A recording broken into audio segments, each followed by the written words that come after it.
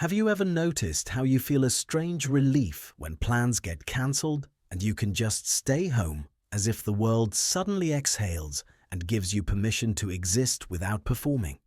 Maybe you even invent small excuses sometimes, or hesitate before accepting invitations, and then wonder if something is wrong with you because everyone else seems so excited to go out and live. We're told that real life happens outside, in crowded restaurants, noisy parties, airports, packed calendars, and yet your favorite place might simply be your own room with the door closed. So what does it actually mean psychologically when a person genuinely loves staying at home? The central idea is this: loving home is rarely about laziness or antisocial behavior, but about how your nervous system, personality traits, and deeper emotional needs are wired. Psychology has long studied personality differences, especially through the Big Five model, where introversion and extraversion describe how people gain or lose energy from social interaction. If you lean toward introversion, your brain literally processes stimulation differently, and too much noise, conversation, and unpredictability can drain you in ways others might never understand. Research on arousal theory suggests that introverts often have higher baseline cortical arousal, meaning they don't need as much external stimulation to feel engaged or alive. So when you choose your couch over a crowded bar, it might not be avoidance, it might be regulation, and that changes everything. But it's not only about introversion, because even some socially skilled, charismatic people crave the sanctuary of home more than they admit. Home, psychologically, represents control. Outside, there are expectations, roles, subtle competitions, hierarchies, impressions to manage. At home, you can wear the old shirt with the faded collar, eat at odd hours, speak to no one, or talk to yourself without being judged. There's a concept called cognitive load, which refers to how much mental effort you're constantly spending to process information and respond appropriately. Social environments increase cognitive load dramatically because you're decoding facial expressions, monitoring tone, adjusting posture, filtering words. It's exhausting, even if you're good at it.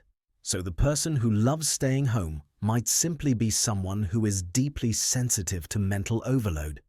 And honestly, in a world that never stops buzzing, that sensitivity might be a form of intelligence. There's also attachment theory to consider. For some people, home is not just a building, it is a secure base. John Bowlby described how humans need a safe haven to return to when the outside world feels threatening or overwhelming. If someone grew up finding comfort in their room, in books, in small routines, home becomes encoded as safety in the nervous system.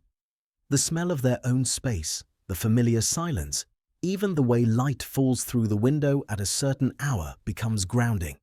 Leaving that space can feel like stepping onto unstable ground, and that doesn't mean fragility, it can mean depth. Another layer is autonomy. Self-determination. Theory tells us that humans have three core psychological needs: autonomy, competence, and relatedness. Staying home often maximizes autonomy. You choose what to do, when to do it, how to do it. You can dive into a hobby for hours without interruption, watch documentaries at midnight, rearrange furniture just because it feels right. There is a quiet sovereignty in that. Meanwhile, social spaces often involve subtle compromises. You adapt to group decisions, timing, noise levels, topics of conversation. Small sacrifices repeated again and again. Some people simply notice those sacrifices more. There's also something more uncomfortable to talk about. Sometimes loving home can be a shield. Avoidant coping is a real psychological mechanism where people reduce anxiety by limiting exposure to situations that trigger it. If social situations have historically led to rejection, embarrassment, or feeling invisible, the brain learns quickly. It says, stay where it's safe. And staying home becomes not just a preference, but a strategy. The tricky part is that strategies can look like personality. You might say, I'm just a homebody, when in reality, part of you is protecting an old wound. But here's where it gets interesting. Even when there is avoidance involved, it's not always unhealthy. The concept of emotional regulation explains that we constantly adjust our environments to maintain internal balance. Choosing solitude can be a healthy regulation tactic. Solitude, when voluntary, has been linked to creativity, deeper self-reflection, and emotional clarity. Studies on solitude show that people who intentionally spend time alone often report higher self-awareness and stronger identity coherence. You start to hear your own thoughts again. You notice what you actually like. You rediscover boredom, which is strangely fertile ground for imagination. And in a culture obsessed with productivity and constant connection, choosing stillness can feel rebellious. There's also the sensory aspect. Some people are highly sensitive, a trait researched by psychologist Elaine Aron, meaning they process sensory data more deeply. Bright lights, loud music, crowded rooms aren't just mildly annoying, they're physiologically overwhelming. Home reduces that stimulation. It softens the edges of the world. Think about it. The dim lamp in the corner, the same mug you always use, the predictable hum of your fridge. It's not boring, it's stabilizing. And yet society tends to reward extraversion loudly. We praise networking, traveling, putting yourself out there. So if you love staying home, you might sometimes feel a subtle shame, like you're missing out, like you should want more. This tension can create cognitive dissonance, that uncomfortable feeling when your behavior clashes with social expectations.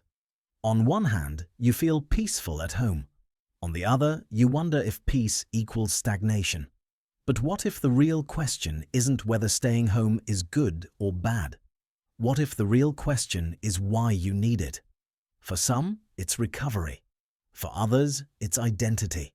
For others still, it's a creative incubator. And sometimes, it's simply preference. We don't question why some people love mountains and others love the ocean. Yet we question why some prefer a living room over a nightclub. There's a subtle power in being content with less external stimulation. It means you can generate meaning internally. You don't require constant novelty to feel alive. That's not small, that's rare. Now here's the twist. The person who loves staying at home is often deeply observant of the world, precisely because they step back from it. Distance creates perspective. When you're not constantly reacting, you start noticing patterns. You think more, you connect dots, you process experiences more thoroughly. In fact, many writers, artists, researchers, and thinkers throughout history built their work in quiet rooms, not crowded plazas. Solitude can sharpen perception. Home can become a laboratory of the self. But, and this matters, if staying home begins to shrink your world instead of nourish it, that's when reflection is necessary. Are you choosing home or hiding behind it? Are you resting or retreating from growth? There's a fine line, and only you can really feel it. The healthiest version of loving home is when it's a base, not a cage. A place you return to, not a place you never leave. Because psychological growth often requires oscillation, engagement and withdrawal, connection and solitude, noise and silence. If you love staying home, maybe it means you understand something subtle about yourself.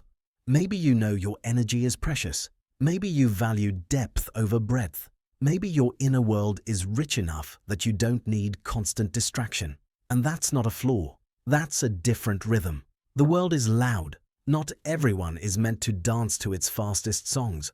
Some people are built for quieter music. And sometimes the bravest thing you can do is honor the pace that actually fits your nervous system, even if it looks unimpressive on social media. So, if you're someone who feels most alive in the stillness of your own space, don't rush to label it as weakness. Ask yourself what that space gives you. Safety? Clarity? Energy? Creativity? Then ask yourself where you might gently expand. Not because you're wrong as you are, but because growth feels meaningful. Home can be a sanctuary. It can also be a starting point. The psychology of loving to stay at home isn't about hiding from life.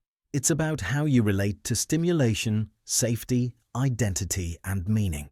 And maybe the deeper lesson is this: a fulfilled life isn't measured by how often you go out. It's measured by how honestly you live, whether that's under city lights or under the soft glow of your own lamp. If this made you see your quiet side differently, stay curious. Notice your patterns this week, and maybe share this with someone who secretly feels guilty for loving their own space a little too much.